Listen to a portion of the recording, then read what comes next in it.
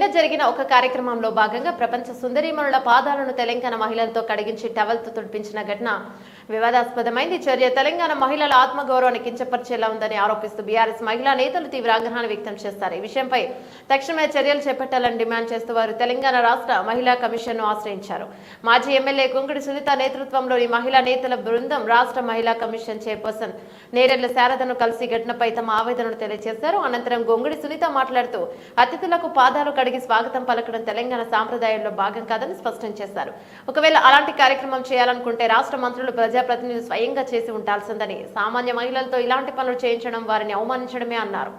ఇక కేవలం కాలు కడిగించడమే కాకుండా అంతకుముందు మిస్ వరల్డ్ పోటీదారులు పాదరక్షలతో బతుకమ్మ ఆడటం ద్వారా తెలంగాణ సంస్కృతికి ప్రతీకైన బతుకమ్మ పండుగని ఇలా అవమానించారన్నారు. ఇలాంటి చర్యలు తెలంగాణ సంస్కృతి సాంప్రదాయాలకు పూర్తిగా విరుద్ధమని ఆమె పేర్కొన్నారు. తెలంగాణ సమాజంలో మహిళలకు ఎంతో గౌరవప్రదమైన స్థానం ఉందని, వారు తమ సంస్కృతి సాంప్రదాయాలను కాపాడుకుంటూ వస్తున్నారని పేర్కొన్నారు. అయితే ఇలాంటి ఘటనలు మహిళ గౌరవాన్ని కించపరచమేనని, వారి ఆత్మగౌరవాన్ని దెబ్బతీయడమేనని ఆవేదన వ్యక్తం చేశారు. తెలంగాణ సంస్కృతిలో మహిళల పాత్రను గుర్తించి వారి గౌరవాన్ని కాపాడాల్సిన బాధ్యత అందరిపైన ఉందని, సమాజంలో సమానత్వాన్ని ప్రోత్సహించడం చాలా అవసరమని ఆమె నొక్కి చెప్పారు. మహిళలు తమ హక్కులను గౌరవాన్ని కాపాడుకోవడానికి సంఘటితంగా పోరాడాలని గొంగుడి సునీత పిలుపునిచ్చారు. ఈ ఘటనపై మహిళా కమిషన్ వెంటనే స్పందించి బాధ్యులపై తగిన చర్యలు తీసుకోవాలని బీఆర్ఎస్ మహిళా నేతలు డిమాండ్ చేశారు.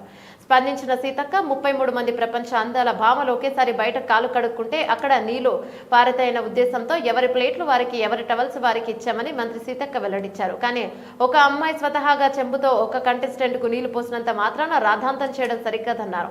ఈ ఘటనకు ప్రభుత్వానికి అంటగట్టవద్దని సూచించారు.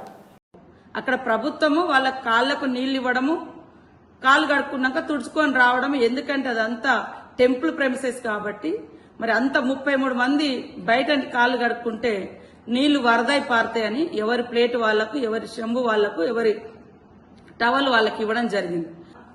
ఒక్క అమ్మాయి ఏదో ఈవెంట్ మేనేజ్మెంట్ నుంచి వచ్చిన అమ్మాయి ఆమె స్వతహాగా ఆ చెంబుతో నీళ్లు పోయడమో ఇంకోటి ఏదో చేస్తే అది ప్రభుత్వం మీద అంటగట్టడం సిగ్గనిపించట్లే మీకు?